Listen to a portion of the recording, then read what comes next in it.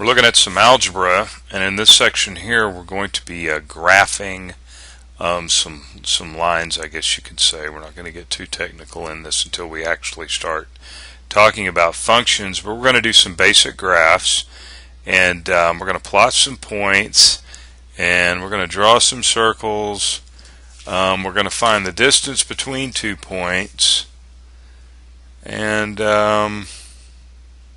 do some basic algebra with the equation of a circle.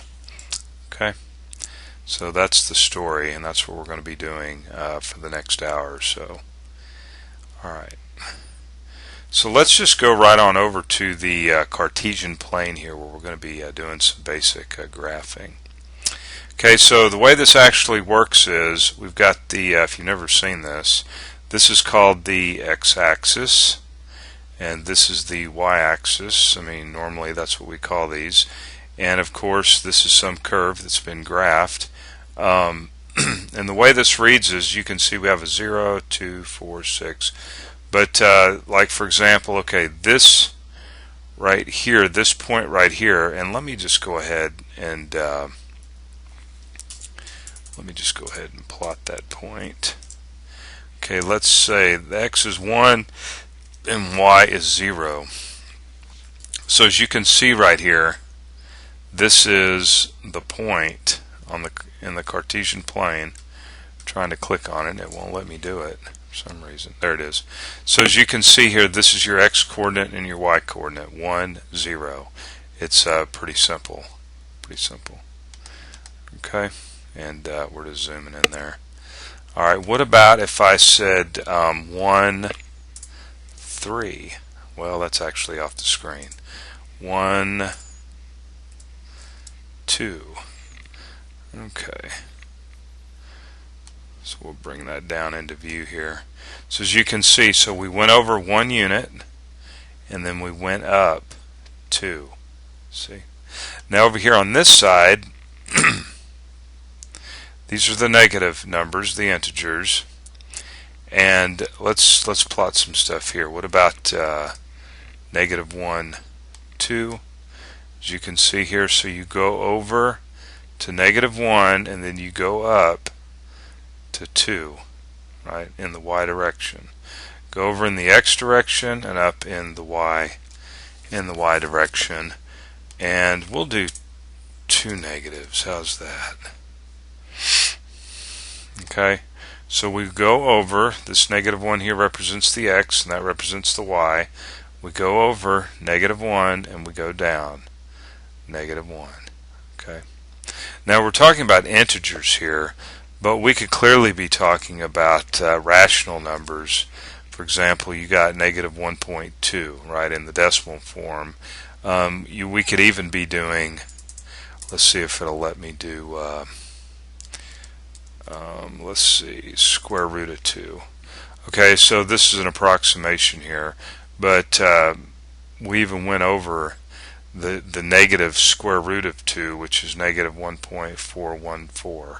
And of course this goes on, but it's just been rounded and negative to negative 1 there. Okay, so what we're going to do is let me actually, let's not use an irrational number, the square root of 2. Let's just use negative 1, and then we'll plot another point.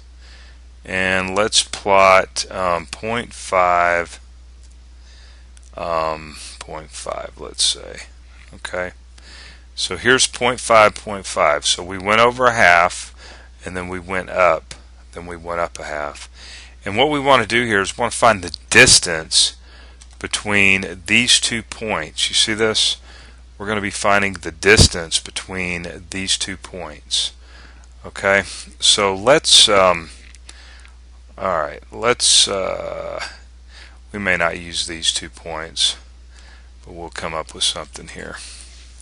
Okay, so let's say that we have the point, let's make it easy. Let's say we got the point 0, 0 and the point, let's say 1, 3. Okay, so I'm going to attempt to draw this over here. So at 0, 0, That would be the origin. X is 0, y is 0, and then 1, 3. We go over 1 unit, let's say, and up 3. So it's just kind of a guess here. And we want to find the distance between these 2 points. Okay, we want to find, I lost my cursor there. We want to find this distance right here. This is the distance we want to find. Now, remember the equation for finding the distance of a hypotenuse. Remember that? That's the Pythagorean part of the Pythagorean theorem. X squared plus y squared is equal to r squared, where this right here is actually r. This distance from here to here is x, and this distance is y from here to here. Okay, so I'll go ahead and label this up here as 1, 3, and this is labeled as the origin at 0, 0. So we want to know, what is this distance right here? Okay, what is the distance? And of course, this is what we're going to be using for that. So we know that this guy right here on the x-axis, we go to 1, right? And then we go up to 3. We'll just label 3 right here on the y-axis. So we know that this distance from here to here is 1, and we know this distance is 3. So you could just clearly say, okay, 1 squared plus 3 squared is equal to r squared. But we'd have to solve for r. Now remember, r is this distance right here. Okay, so we want to solve for r. So let's go ahead and get this. So this would be 1 plus, and 3 squared is 9, right? And so when we add that, we get 10. And then of course square root both sides to solve for r. So as you can see here, r is the square root of 10. And the square root of 10 is approximately 3.162. But we'll just use that as the exact value there. Okay, see that?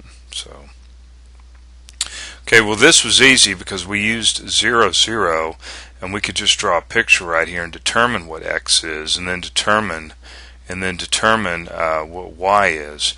But usually that's not going to be the case. So we'll need to just modify this just a little bit, and not by much. It'll look a little different. All right, and that's actually pretty easy to do. So what we're going to do here is bring this all back into view. Okay. All right. This guy right here, x of 2 minus x of 1, quantity squared plus y of 2 minus y of 1, quantity squared is equal to, and instead of calling it r, we're going to call it d for distance squared. Now what exactly is this? Well, if this, for example, was x of 1, and this was y of 1, and this is x of 2, and this is y of 2, let's take a look at this. So we do that, right? So take a look. So we go x of 2 minus x of 1. So x of 2 is 1 minus 0 squared plus, and then y of 2 is 3, right, minus y of 1, which is 0, squared is equal to the distance squared. And so this just collapses down to 1 squared plus 3 squared is equal to d squared. But then once again, this is 9 plus 1 is 10. Okay, see how easy that is? It's a piece of cake, right? Alright, so we're going to be working some more examples here on that.